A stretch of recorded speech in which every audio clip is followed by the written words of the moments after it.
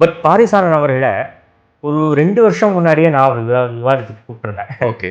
தெரியல, அப்படி ஒரு கான்ட்ரவர்சி ஓடிட்டு இருக்கு. அதை நம்ம இல்ல உறுதிப்படுத்த முடியாது. அவர் ஏதோ யாருக்கும் தெரியாதப்போ ரகசியமா உட்கார்ந்துருக்காரு, திருட்டுத்தனமா உட்கார்ந்துருக்காரு அப்படிங்கிறது போல வந்து அந்த கேமராவை வந்து திருப்பினது வந்து ஒரு மாதிரி ஒரு நெகட்டிவ் பப்ளிசிட்டி அப்படின்னு வச்சுக்கோங்க. இப்போ விக்னேஷ் பார்த்தீங்க அப்படின்னா அவரோட சுய கருத்துக்களை பேசுறது இல்ல, இவர் சொல்லி தான் அவர் பேசுறாரு அப்படிங்கிற மாதிரி ஒரு டாக் வந்துருச்சு. முக்கியமா அவர் வந்து என்னை கூப்பிட்டதுக்கு காரணம் வந்து என்னன்னா, நான் தொடர்ந்து இந்த சப்ஜெக்ட் பற்றி ரொம்ப வருஷமா ஃபேஸ்புக்கில் எழுதிட்டு இருக்கேன். ஏற்கனவே சங்கத்தமிழ் காட்டும் சனாதனம்னு ஒரு புக்கும் எழுதியிருக்கேன். ஸோ அது ஒரு வேற ஒரு வகையில் வேற ஒரு வட்டத்தில் ஆல்ரெடி ஒரு பிரபலமான ஒரு ஆள் தான். கண்டனுக்குள்ள அவர் முழுமையா ஒரு விஷயத்தை என்ன மறுக்கிறாரு அப்படின்னா, முருகன் அப்படிங்கிறவர் வந்து வேத கடவுள் கிடையாது. தமிழ் இலக்கியத்துக்குள்ள வந்துருச்சு. நீங்க தமிழ் இலக்கியம் தொட்டீங்கன்னாலே அதுக்குள்ள இருக்கிறது ஃபுல்லாமே வந்து சான்ஸ்கிரிட் இலக்கியங்களோட ரெஃபரன்ஸ் தான். ஆமா. அப்படின்னா பாரிசாலன் வந்து ஒரு வகையில எங்களுடைய கருத்தை ஏற்றுக்கிட்டாருன்றது அர்த்தம்.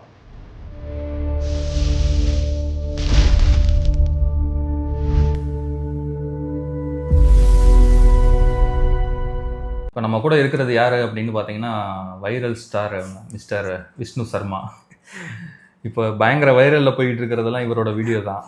திருவருட்பா எத்தனை இது வால்யூம்ஸ் இருக்கு? எங்க இந்த ஹெல்ப் ரிசர்ச் இதெல்லாம் கேட்டுட்டே இருந்தேன். என்னங்க அந்த கேமரா கொஞ்சம் திருப்பி காட்டுங்களேன். ஒருத்தர் சப்போர்ட்டுக்கு வச்சுட்டு உட்கார்ந்திருக்காருங்க இவரு.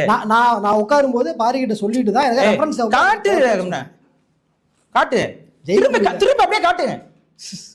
சும்மா வந்துட்டு இங்க சைடுல ஒருத்தர் ரெஃபரன்ஸ்க்கு உட்கார வச்சுக்கிட்டு அவர்கிட்ட டவுட் கேட்டுட்டு இருக்காரு. ரெஃபரன்ஸ் வேணாங்க, அவர் ரெஃபரன்ஸ் வேணாம், நானே சொல்றேன்.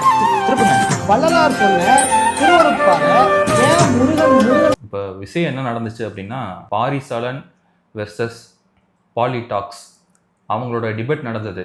எந்த விஷயத்தை அடிப்படையாக வச்சு அப்படின்னா, முருகனோட விஷயத்தை அடிப்படையாக வச்சு அவர் வந்து தமிழ் முருகனா இல்லை வேத கடவுள் முருகனா. ஸோ அந்த டிபேட்டில் ஒரு முக்கியமான போர்ஷன், ஒரு கெஸ்ட் ரோல் அப்பீரியன்ஸ், நம்மளோட அந்த சிரிப்பு தான், அந்த ஒரு கியூட்டான சிரிப்பை வந்து நம்ம அதுதான் ரொம்ப வைரலாக போயிட்டு இருக்கு.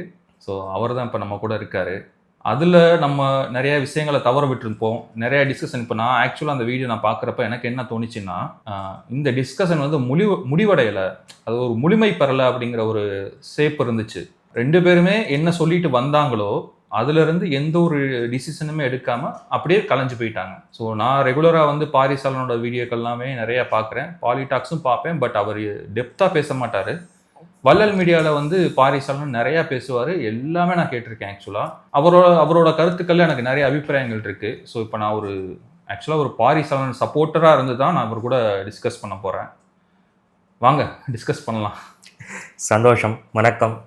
கண்ணன் கழலினை நன்னும் மனமுடையீர் என்னும் திருநாமம் தின்னம் நாரணவே. எல்லோருக்கும் வணக்கம். இந்த டிஸ்கஷனுக்கு கூப்பிட்டதுக்கு சந்தோஷம். நீங்கள் பாரிசாலன் ஆதரவாளர் வேறு சொல்லிட்டீங்க. ஆக்சுவலி எனக்கும் அப்படியான நபர்களோட உரையாடத்தான் எனக்கும் விருப்பமும் கூட. ஒரு எதிர்த்தரப்பு அப்படின்னு ஒன்று இருந்தால் தான் நம்மளுடைய தரப்பை நம்ம வந்து ஷார்ப் பண்ணிக்க முடியும். கண்டிப்பாக. ஏன்னா நான் படிக்காத ஒரு விஷயத்தை நீங்கள் உங்களுடைய கோணத்துலேருந்து சொல்லலாம். ஸோ என்னை வளர்த்து கொள்வதற்கு எது சிறந்தது அப்படின்னு சொன்னால் எதிர்த்தரப்போட வாதம் செய்வது தான். அது ஒரு டிஸ்கஷனாக இருக்கணும். அது வந்து என்னை பொறுத்த வரைக்கும் என்னென்னா, இப்படி பல பேர் யார் கூப்பிட்டாலும் வந்து வர்றதுக்கு தயார். பட் ஒரு டீசெண்டான பர்சனல் அட்டாக் இல்லாத, அல்லது அடையாளத்தை வந்து முன்னிறுத்தாமல் கருத்தை மட்டும் முன்னிட்டு அதை மட்டுமே முன்னாடி வச்சு ஒரு வாதம் நடந்தது அப்படின்னா தாராளமாக வரலாம். அந்த வகையில் நீங்கள் கூப்பிட்டது எனக்கு சந்தோஷம். நீங்கள் உங்கள் கேள்விகளை ஆரம்பிக்கலாம். ஓகே. இப்போ என்ன விஷயம் அப்படின்னா, அந்த கேமரா திருப்பின டயத்தில் உங்கள் மைண்டில் ஓடிய விஷயங்கள், அது எதனால நடந்துச்சு, அதுக்கப்புறம் வந்து அதுக்கப்புறம் அந்த டிஸ்கஷன் முடிஞ்சதுக்கப்புறம் நீங்கள் பாரிசாலன் கூட பேசுனீங்களா? அந்த உரையாடல் எதுவும் நடந்துச்சா?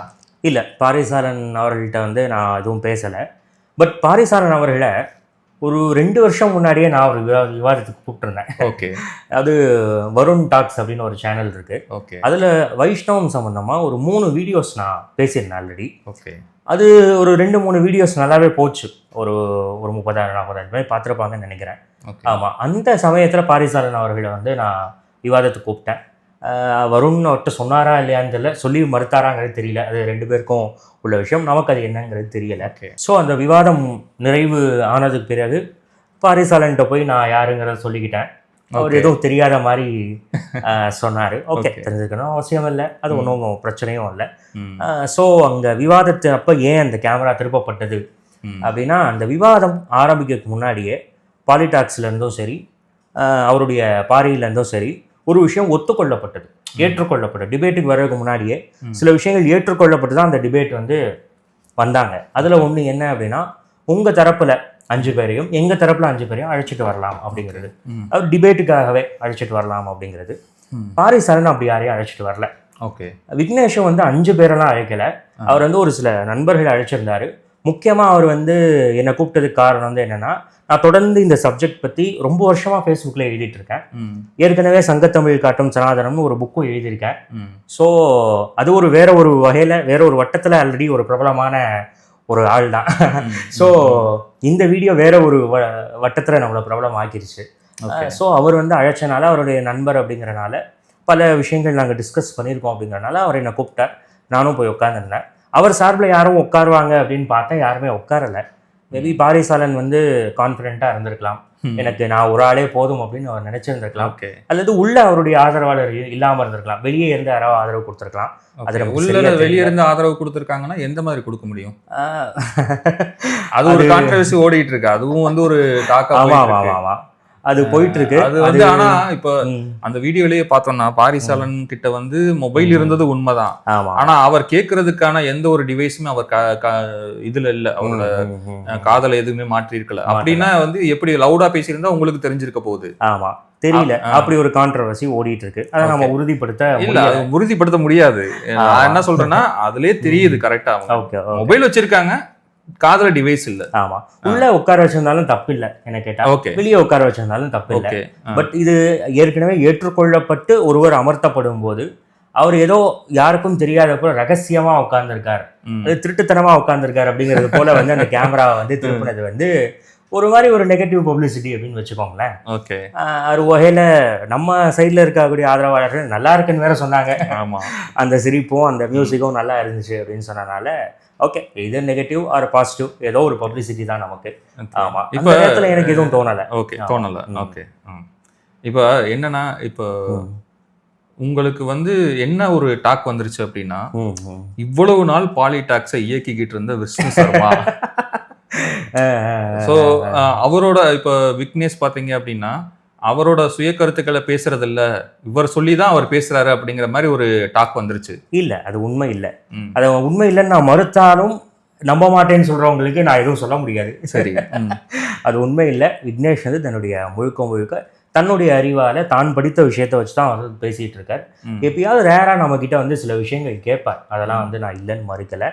நமக்கு நன்றிலாம் சொல்லி அவருடைய இதுலேயே சேனல்ல எல்லாம் போட்டிருக்காரு. ஸோ அதெல்லாம் நடந்திருக்கு. ஸோ நம்ம நண்பர்கள் அப்படிங்கிறனால ஏதோ சில விஷயங்கள் டிஸ்கஸ் பண்ணுவோங்கிறது உண்மைதான். பட் முழுக்க வந்து ஒரு நபரை இயக்கி பின்னாடி இருந்து இயக்குறோமா அப்படின்னா நிச்சயமா இல்லை.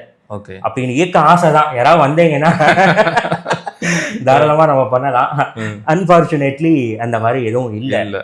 ஸோ இது வந்து என்னன்னா, ஒரு நபரை வந்து அவர் ஒரு அறிவாளியா டிபேட் பண்ணும்போது அவருக்கு அறிவே கிடையாது, பின்னாடி இருந்து யாரோ அவங்க அடையாளப்படுத்தக்கூடிய நபர்கள் யாருங்கிறது சொல்றதுனால வந்து நமக்கு பாரிசாலன் தரப்புல வந்து இன்னும் கொஞ்சம் அட்வான்டேஜ் ஆகும். ஆமா, அட்வான்டேஜ் ஆகும். இன்னொன்னு என்னன்னா, நமக்கு கூட சமமா டிபேட் பண்ற ஒருத்தருக்கு வந்து அறிவே இல்லை மாதிரியான ஒரு தோற்றத்தை வந்து உருவாக்குறாங்க. அது ரொம்ப தவறு.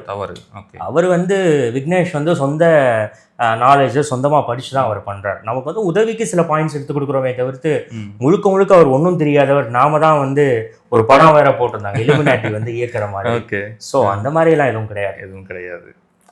ஓகே, இப்போ அடுத்த கேள்வி என்னன்னா, ஒரு முக்கியமான கண்டென்ட்குள்ளே போகலாம். இப்போ பாரிசாலன் அந்த பாலிடாக்ஸ் டிஸ்கஷனில் நடந்த விஷயங்கள், ஸோ கிட்டத்தட்ட 1.5 மணி நேரம் வந்து அந்த கண்டென்ட் வந்து ரன் ஆகுது. ஸோ ஃபஸ்ட்டு ஒரு 10 நிமிஷம் பாரிசாலன் கிட்ட எனக்கு நிறைய பிடிச்சிருந்தாலும் அவர்கிட்ட பிடிக்காத விஷயம் நிறைய பேசுவாரு. பட் சில விஷயங்கள் அங்கங்க கிடைக்கும். பட் அவர் நிறைய பேசினாரு, அந்த 10 நிமிஷம் நிறைய பேசினாரு. கண்டென்ட்குள்ள அவர் முழுமையா ஒரு விஷயத்த என்ன மறுக்கிறாரு அப்படின்னா, முருகன் அப்படிங்கிறவர் வந்து வேத கடவுள் கிடையாது.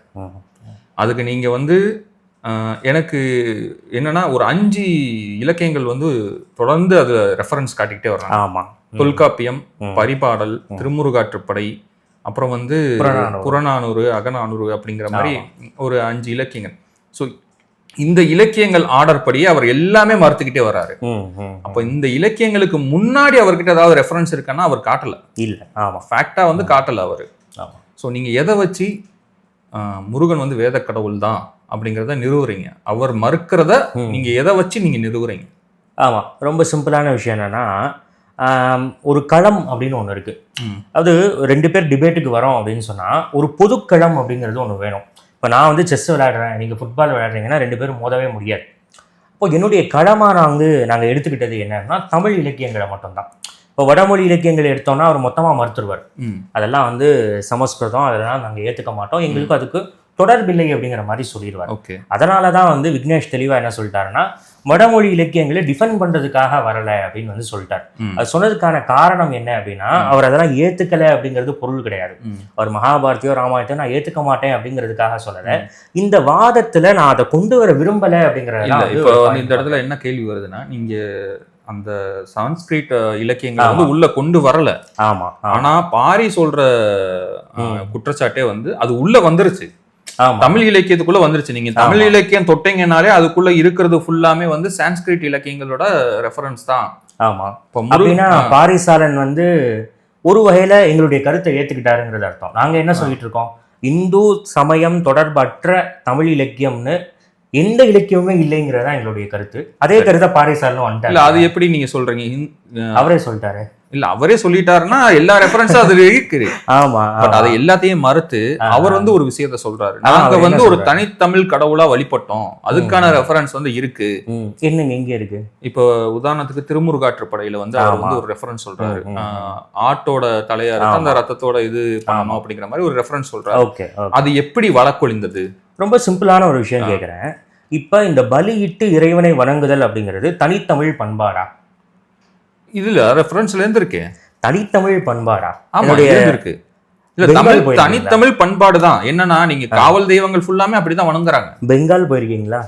ஓகே, இப்ப நீங்க வந்து தமிழை தாண்டி போறீங்க. தமிழை தாண்டி போறீங்க மீன்ஸ் விவாதம் என்னன்னா தனித்தமிழ் பண்பாடா அப்படிங்கறதுதான். இது இந்தியா முழுக்க இருக்கக்கூடிய பண்பாடுங்க. அது தனித்தமிழ் பண்பாடா அப்படிங்கிறது தான் நம்முடைய கேள்வி. அது தமிழுக்கு மட்டுமே சொந்தமானதா? பலியிடுதல் அப்படிங்கிறது தமிழ்நாட்டுல மட்டும்தான் இருக்கா? ஓகே, ரொம்ப சிம்பிளான கேள்வி. நீங்க வந்து கொஞ்சம் அப்படி தாண்டி போங்க, கேரளா போங்க, பெங்கால் போங்க. கேரளால சவுத் இந்தியாவே விட்டுருங்க, பெங்கால் போங்க, அந்த காளிக்கு எவ்வளவு பலி கொடுக்குறாங்க தெரியுமா? நேபாள் போங்க, நேபாளில் ஒரு பெரிய நவராத்திரி ஒட்டின்னு நினைக்கிறேன், துர்கைக்கோ ஏதோ ஒரு தெய்வத்துக்கு வந்து எருமை பலி வந்து கொடுக்குறாங்க. விலங்கு நல ஆர்வலர் இருந்து கேஸ் போட்டு தடுக்க. நீங்க சொல்ற மாதிரியே நான் வர்றேன். இந்தியா முழுக்க பலி பண்பாடு இருக்கு, பலி பண்பாடு இருக்கு. ஆமா, இப்ப என்னன்னா இதே ரெஃபரன்ஸ் அப்படி வச்சுக்கலாம். பலி பண்பாடு இருந்துச்சு, தமிழ்நாட்டுல மட்டும் ஆரிய கலாச்சாரம் வரல, இந்தியா முழுக்கமே வந்திருக்கு. ஆமா, அப்படின்னா இந்தியா முழுக்கமே இந்த பண்பாடு இருந்திருக்கு. இதுதான் தனித்தமிழ் அப்படிங்கறதோட தனி இந்திய அடையாளம். ஓகே, அப்படின்னு வச்சுக்கலாம். ஆமா, அப்படி வச்சுக்கலாம். உள்ள வந்தது ஃபுல்லாமே ஆரிய கலாச்சாரம். இப்ப நீங்க நேபாள வந்து இது பண்ணிக்கிட்டு இருக்காங்கன்னா அங்கேயும் வந்து விஷ்ணுவோ சிவனோ இருக்கதான் செய்யறாரு. அது வந்து ஆரிய கலாச்சாரம் அப்படிங்கிறது தான் இவங்களோட இது. அப்படின்னா இந்தியா முழுக்கவே பரவிருக்குங்கிறது தான் குற்றச்சாட்டு. இந்தியா முழுக்கவே பலி பண்பாடும் இருக்கு, பலியை ஏற்றுக்கொள்ளாத பண்பாடும் இருக்கு. பலி ஏற்றுக்கொள்ளாத பண்பாடு அப்படிங்கிறது வெளியிருந்து வந்தது அப்படிங்கிறது தான் இவங்களோட ஆர்குமெண்ட். அதுதான் பிரச்சனை என்ன அப்படின்னா, உதாரணத்துக்கு இப்ப பலியை ஏற்றுக்கொள்ளாத பண்பாடு, அசைவம் சாப்பிடக்கூடாதுங்கிற சொல்ற பண்பாடு வெளியே இருந்து வந்தது அப்படின்னு சொன்னீங்கன்னா, ஏதோ ஒரு குறிப்பிட்ட நாட்டுல நீங்க சொல்ற மாதிரி ஈரானோ ஸ்டெப்பி புல்வெளியோ ஏதோ ஒண்ணு வச்சுக்கோங்களேன், அந்த பகுதிகளில் சைவ பண்பாடு இருக்கா? சைவ உணவு கலாச்சாரம் இருக்கா? இல்ல இல்ல இல்ல. இப்ப இந்தியாவுக்குள்ள மட்டும் தானே இருக்கு.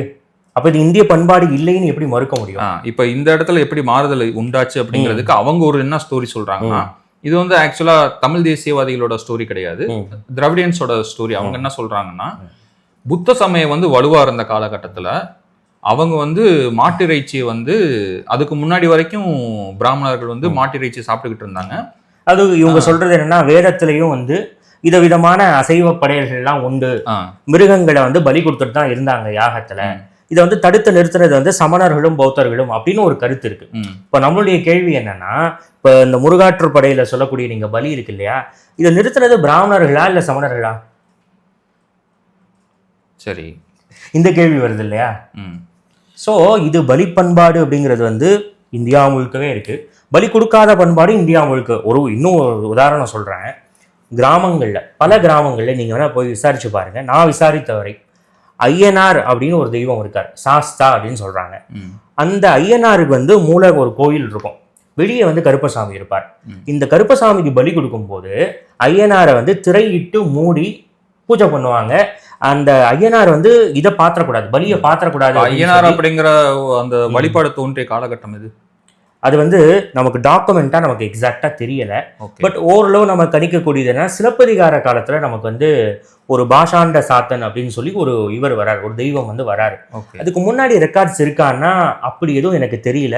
இருந்தா கமெண்ட் பண்ணுங்க, நான் தெரிஞ்சுக்கிறேன். ஓகே, ஸோ அப்போ ஐயனார் அப்படிங்கிற மரபு வந்து ஒரு 2000 வருஷத்துக்கு முன்னாடி இருந்திருக்கு. இப்ப இதே வந்து பாரிசாலனும் கோட் பண்ணியிருக்காரு. என்னன்னா ஆசிவக மரபு தான் அது அப்படிங்கறத வந்து கோட் பண்ணியிருக்காரு. ஸோ அந்த வகையில பார்த்தோம்னா தமிழர்கள் கிட்ட இருந்தது சைவ வழிபாடு இருந்திருக்கு, அசைவ வழிபாடு இருந்திருக்கு. இந்து பண்பாடுங்கிறதே வந்து ஒண்ணு கிடையாது. அதாவது சிங்கிள் அப்படிங்கிறது வந்து எங்கேயுமே கிடையாது. இந்து மதத்துக்குன்னு ஒரே தெய்வம் இருக்கா சொல்ல முடியாது. அட்லீஸ்ட் ஓரளவு நம்ம ஏற்றுக்கக்கூடியது விஷ்ணு ஒரு பெருந்தெய்வம், சிவன் ஒரு பெருந்தெய்வம், சக்தி ஒரு பெருந்தெய்வம். ஸோ இந்த மூணையும் வந்து ஒரு பெருந்தெய்வங்கள் சொல்லலாம். பிரம்மா படைப்பு தெய்வம், பெரிய அளவில் அவர் கோயில் இல்லை. ஸோ பன்மைத்துவம் அப்படிங்கிறது இந்து மதத்துக்கும் சரி தமிழுக்கும் சரி ரொம்ப இயல்பான ஒரு விஷயம்தான். ஒரு பொங்கல் பண்டிகையே எடுத்துக்கோங்களேன், அது வந்து ஒவ்வொரு ஊர்லேயும் ஒவ்வொரு விதமாக வந்து வழக்கத்தில் வந்து கொண்டாடிட்டு இருக்காங்க. ஸோ இதுதான் இப்படிதான், அதாவது என்னன்னா ஒரு புக்கு ஒரு வழி, இது மட்டும்தான் இப்படிதான் பண்ணணும், இதுலேருந்து கொஞ்சம் கூட அசகு பிசகு இப்படி கூட மாறிடக்கூடாது அப்படிங்கிற மாதிரியான ஒரு கல்ச்சர் வந்து தமிழ்லையும் இல்லை ஹிந்துலையும் இல்லை. ஸோ அதான் தெரியல. சரி, இப்போ நீங்க சொன்னீங்க இங்க இருந்த திருமுருகாற்றுப்படையில இருந்த அந்த அசைவ படையில வந்து யாரு விட்டாங்க, யாரா பௌத்தர்களா கேட்டீங்க? யாரு தடுத்தா? ஆமா, அப்ப யாரு தடுத்தாங்கன்னு சொல்லுவாங்க? அறிஞர் BL சாமி அவர் வந்து என்ன சொல்றாருன்னா, இந்த ஜாதிக்காய் வந்து திருமுருகாற்றுப்படையில குறிப்பிடப்படுது. இது வந்து கிபி 6ஆம் நூற்றாண்டுல தான் தமிழ்நாட்டுக்கு வந்தது. ஸோ கிபி 6க்கு பின்னாடி தான் திருமுருகாற்றுப்படை வரும்னு அவர் ஒரு கருத்தை வந்து சொல்றாரு. ஸோ இந்த மாதிரி அறிஞர்கள்ட்டையே வந்து சங்க இலக்கியங்களுடைய கால வரையறை பற்றி ஒரு தெளிவான வரையறை இன்னைக்குமே இல்லை. பாரிசாலன் எடுத்து வச்சது வந்து இலக்கியங்கள் எல்லாமே மறுத்தாரு. ஆமா, ஓகேங்களா? அதை தாண்டி அவர் ஒரு ரெஃபரன்ஸ் கொடுத்தாரா அப்படின்னா டிபேட்ல வந்து கொடுக்கல. ஆமா, கம்பராமாயணம் வந்து பாத்தீங்கன்னா ஒரு அற்புதமான ஒரு காவியம், தமிழ்ல இருக்கக்கூடியது. நிறைய பாடல்கள் இருக்கு. அதை வந்து பதிப்பு பண்ண பல ஆசிரியர்கள் வந்து அது வந்து இடைச்சர்கள் இருக்குங்கிறத வந்து ஆதாரப்பூர்வமா நிறுவனாங்க. இப்போ நீங்க தொல்காப்பியம் அப்படிங்கிறதுல போய் அந்தனர் அப்படின்னு அடிச்சீங்கன்னா தொல்காப்பியத்துல எங்கெங்கெல்லாம் அந்தனர் வருதோ எல்லா இடத்தையும் அது காட்டிடும். ரொம்ப ஈஸி இதெல்லாம்.